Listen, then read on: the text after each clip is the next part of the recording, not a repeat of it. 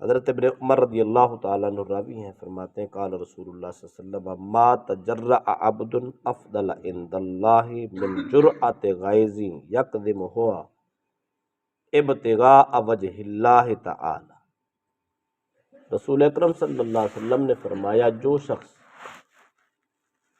اللہ کی رضا کے لیے اپنے غصے کو پی جاتا ہے، اللہ کے نزدیک سب سے افضل گھونٹ یہی ہے جو انسان نے پی لیا۔ ساری زندگی جو کچھ پیتا ہے کھاتا ہے اس کی اتنی عظمت نہیں ہے جتنا غصہ پی جانے کی عظمت۔ اللہ کو یہ انداز بہت ہی پسند ہے۔ اس کی دو صورتیں ہوتی ہیں، بعض اوقات آدمی مجبور ہوتا ہے، ظلم کرنے والا، زیادتی کرنے والا طاقتور ہے، جرأت مند ہے، آدمی اس کا مقابلہ ہی نہیں کر سکتا، اس کی مجبوری ہے صبر کر جانا، غصہ پی جانا، چپ کر کے بیٹھ جانا، یہ مجبوری ہے۔ یہ غصہ پی جانا افضل نہیں ہے، چونکہ یہ تو مجبوراً پینا ہی پینا ہے۔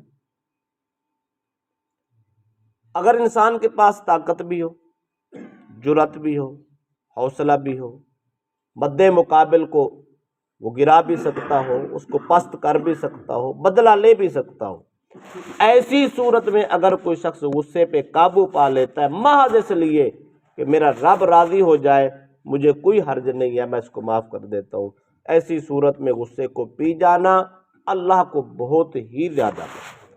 ایسا گھونٹ اور کوئی نہیں ہے۔ حدیث پاک میں جو لفظ استعمال کیا وہ گھونٹ کا استعمال کیا۔ غصہ پینا آسان نہیں ہے، انتہائی کڑوا ہے۔ آپ کبھی کڑوی دوائی پی کے دیکھیں، کڑوی دوائی ایک دم کوئی نہیں پی سکتا، جتنی زیادہ کڑوی ہوتی ہے اتنی ایک ایک گھونٹ کر کے بمشکل ہو کے پیتا ہے۔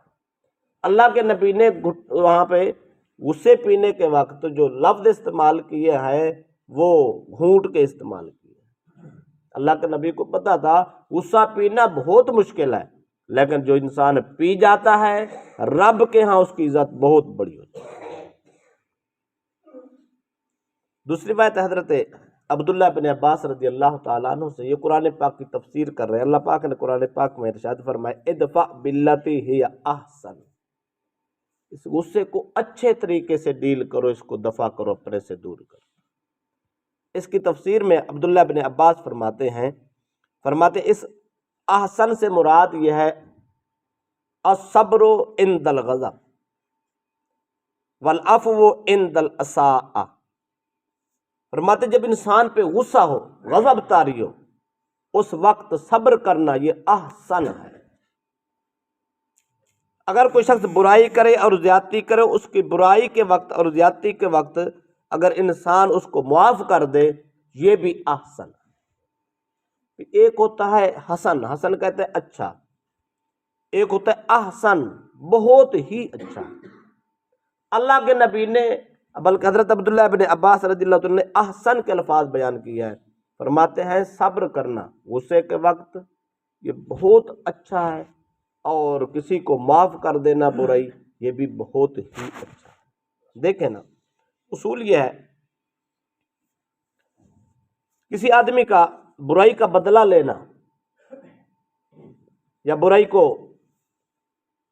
بدلہ لینا چاہیں تو وہ شرعاً جائزہ آپ لے سکتے ہیں، جیسے کسی نے ظلم کیا ویسا کر سکتے ہو، کسی نے زیادتی کی تو کر سکتے ہو، کسی نے مال چرایا تو اس کا بدلہ آپ لے سکتے ہو، یہ حق ہے، شریعت اس کی اجازت دیتی ہے۔ لیکن اگر کوئی آدمی برائی کرے اس برے کو معاف کر دینا یہ بہت ہی افضل ہے۔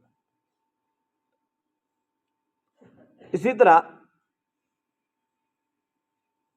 یہ معاملہ بھی یاد رکھ لے، صبر کرنا ہے یا کسی کو معاف کرنا ہے یا اپنے ذاتی معاملات میں کرنا ہے۔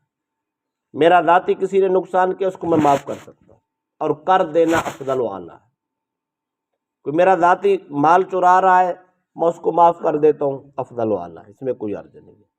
لیکن اگر ملکی، قومی اور دینی فریضے میں کوئی آدمی دو نمبری کر رہا ہے، زیادتی کر رہا ہے، تو اس کو معافی کی اجازت ہی نہیں۔ یا اگر ایک آدمی ملک لوٹ رہا ہے، ملک کے خزانے تباہ کر رہا ہے، اس کو معاف کرنے کی شرعاً اجازت ہی نہیں۔ ایک آدمی معاشرہ خراب کر رہا ہے، معاشرے میں برائی پھیلا رہا ہے، فتنہ بپا کر رہا ہے، یا معاشرے کے لیے کوئی ایسا ایونٹ پیدا کر رہا ہے کہ سارا معاشرہ غرق ہو رہا ہے، ایسے آدمی کو معاف کرنے کی اجازت نہیں ہے۔ اگر ایک آدمی قوم کا لیڈر ہے اور دوسرا آدمی قوم کا نقصان کر رہا ہے، اس لیڈر کو حق حاصل نہیں ہے اس کو معاف کر دے، بلکہ اس کا حق یہ ہے قوم کا حق دلا کر قوم کو انصاف دے تاکہ اس ظالم کو ختم کر دے۔ تو ذاتی معاملات میں معاف کرنا افضل اور اعلیٰ، ذاتی معاملات میں غصہ آ جائے معاف کر دینا، صبر کرنا افضل و اعلیٰ۔ قومی اور ملکی اور دینی معاملات میں معاف نہ کر دینا یہ افضل و اعلیٰ۔ سرکار دو علیہ وسلم کے پاس کتنے چور آئے، سرکار نے ہاتھ کٹا دیے، اور پتھر مارنے والے دشمنوں کو مصطفیٰ نے دعائیں دی ہیں،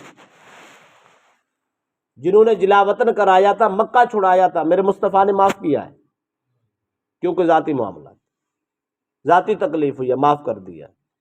لیکن جن لوگوں نے قوم کا نقصان کیا ہے، کسی آدمی نے مال چرایا اس کے ہاتھ کٹوائے، کسی آدمی نے کسی کی عزت لوٹی ہے، زنا کیا ہے تو اس کو سنسار کرا دیا،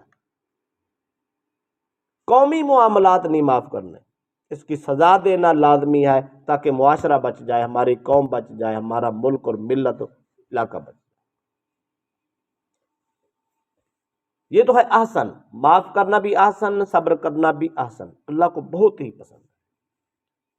اگر کوئی آدمی یہ کر لیتا ہے تو پھر اس کو انعام کیا ملتا ہے؟ اس کو انعام یہ ملتا ہے فَإِذَا فَعَلُوا عَصَمَهُمُ اللَّهُ وَخَضَعَ لَهُمْ عَدُوُّهُمْ كَأَنَّهُ وَلِيٌّ حَمِيمٌ قَرِيبٌ۔